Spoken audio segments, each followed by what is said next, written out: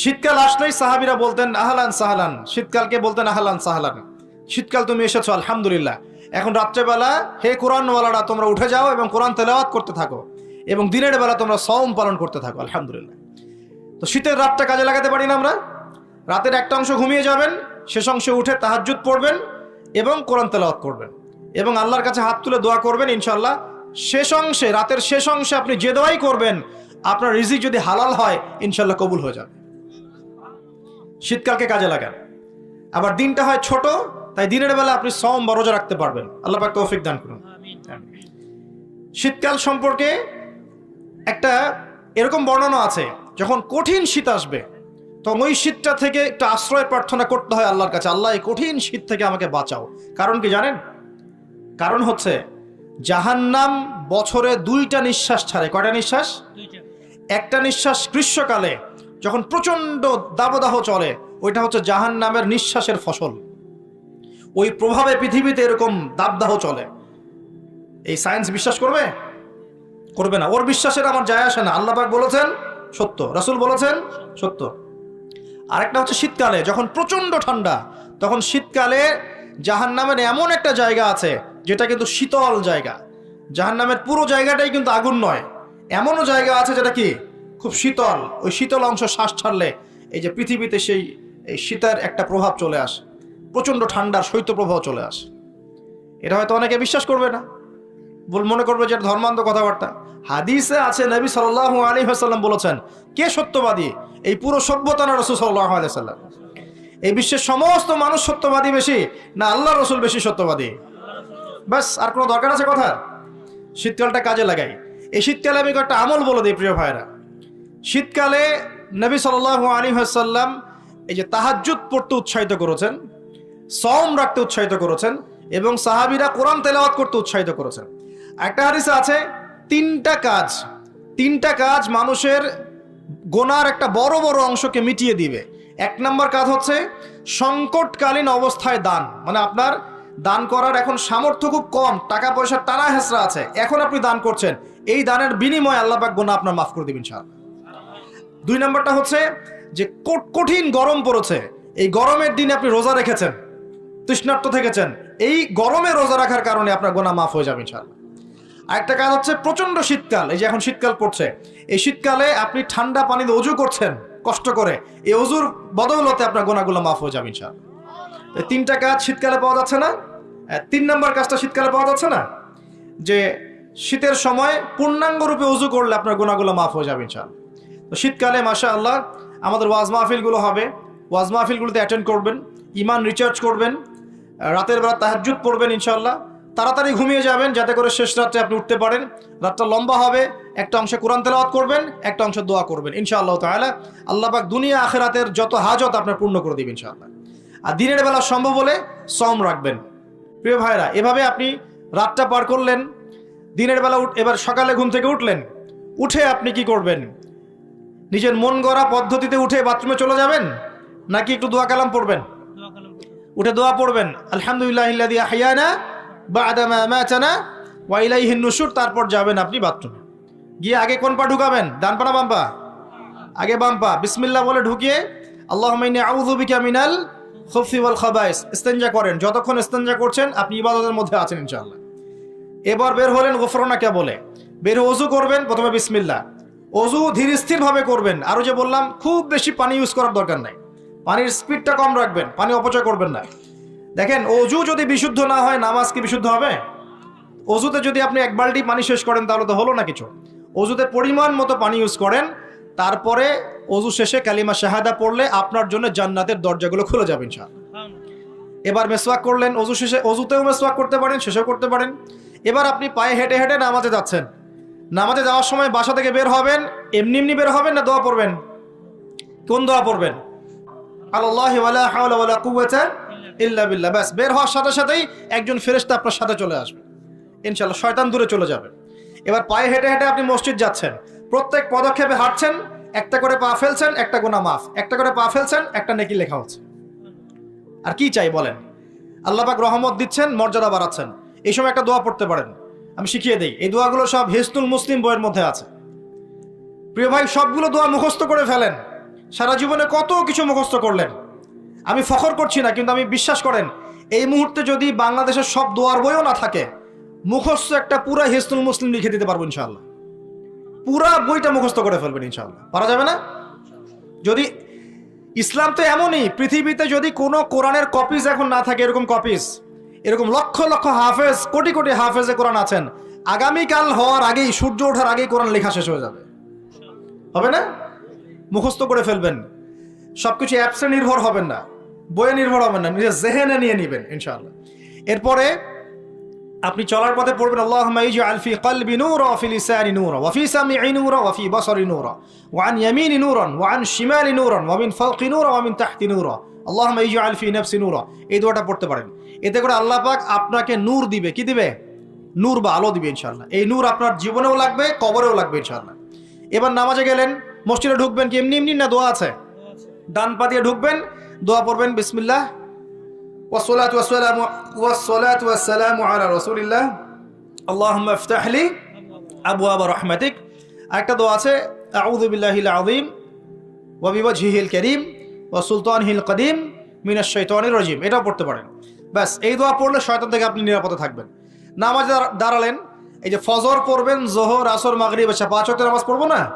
প্রত্যেক ওয়াক্তের জন্য একটাই নসিহত, সেটা হলো নামাজের বাহ্যিকতা গুরুত্বপূর্ণ, কিন্তু বাহ্যিকতার চাইতে বেশি গুরুত্বপূর্ণ হচ্ছে নামাজের আধ্যাত্মিকতা, নামাজের হার্ট, মানে মারেফত, ইহসান, খুশু, এগুলো বেশি ইম্পর্টেন্ট। নামাজে মনোযোগ ঠিক থাকছে কিনা খেয়াল রাখতে হবে। মনোযোগ বাড়ানোর বুদ্ধি কি? কয়েকটা টিপস বলে দেই। মনোযোগ বাড়ানোর বুদ্ধি হচ্ছে নামাজে যা বলছি মুখ দিয়ে, এগুলোর আরবির অর্থগুলো আপনার জানতে হবে।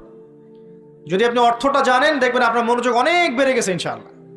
অর্থ না জানলে আপনি দাঁড়িয়ে থাকবেন, হাই তুলবেন, হাই, হুজুর তেলাওয়াত করছে, আপনি হাই তুলবেন, কারণ অর্থ আপনি বোঝেন না। একটু খেয়াল করেন, একটা এক্সাম্পল খেয়াল করেন। মনে করেন আপনার মা অসুস্থ, নাউজুবিল্লাহ, আপনার বাবা অসুস্থ, আল্লাহ না করুক, বা আপনাদের ছেলে সন্তান, মেয়ে সন্তান অসুস্থ। এখন আপনি কোনো উপায় নাই, ডাক্তার বলছে যে খুব সিরিয়াস অবস্থা, হয় না এমন মাঝে মাঝে? আচ্ছা, এখন আপনি সেজদায় পড়ে গেলেন, হাত তুললেন, তুলে আল্লাহকে বলছেন, আল্লাহ আমার বাবা অসুস্থ, আমার মা অসুস্থ, আমার ছেলে বা মেয়েটা অসুস্থ, আল্লাহ তুমি তাকে শেফা দান করো। এই কথাটা বলার সময় আপনার চোখ দিয়ে পানি ঝরে না? ফিলিংস আসে না? এই ফিলিংসটা কেন আসে? কারণ আপনি যা বলছেন আল্লাহকে, সেটা আপনি উপলব্ধি করতে পারেন, ফিল করতে পারেন। আর নামাজে কেন মনোযোগ আসে না? কারণ নামাজ আমি যা পড়ছি এটা তো আমি ফিলই করতে পারি না, আমি তো এই ভাষাটাই বুঝি না, অর্থই জানি না, কেমন করে ফিল করব? এই জন্যই বলি কোরআনের অর্থ জানার দরকার নাই। অর্থগুলো না জানলে তো পরে আপনি মনোযোগ পাবেন না, তো ইহসান পাবেন না। তো এই জন্য নামাজে মনোযোগ বাড়ানোর প্রধান শর্ত হচ্ছে অর্থটা বোঝার চেষ্টা করতে হবে। কি পড়ছি সূরা ফাতিহায়, কি পড়ছি রুকুতে, কি পড়ছি সেজদায়, হ্যাঁ কি পড়ছি আমি তাশাহুদ, দরুদে, দোয়া, মাসুরায়, অর্থ জানতে হবে। এবং সেজদায় বেশি বেশি দোয়া করার চেষ্টা করবেন। নামাজ তাড়াহুড়া 3G 4G 5Gতে যাবেন না, রিল্যাক্সে নামাজ পড়ি, ইতমিনানের সাথে। জীবনে যত নামাজ পড়েছি, নামাজ সবচেয়ে সেরা নামাজ পড়েছি আমি ব্যক্তিগতভাবে বলছি, আমার জীবনে মক্কায় আর মদিনায়।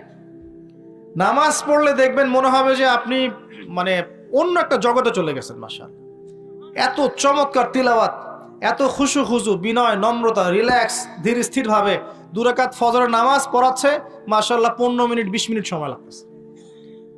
এবং তিলাওয়াত হচ্ছে, চোখ দিয়ে পানি না ঝরে যাবেই না, কারণ আপনি ফিল করবেন এই যে মদিনায় আমি দাঁড়িয়ে নামাজ পড়ছি, এখানেই তো কোরআন নাজিল হয়েছে।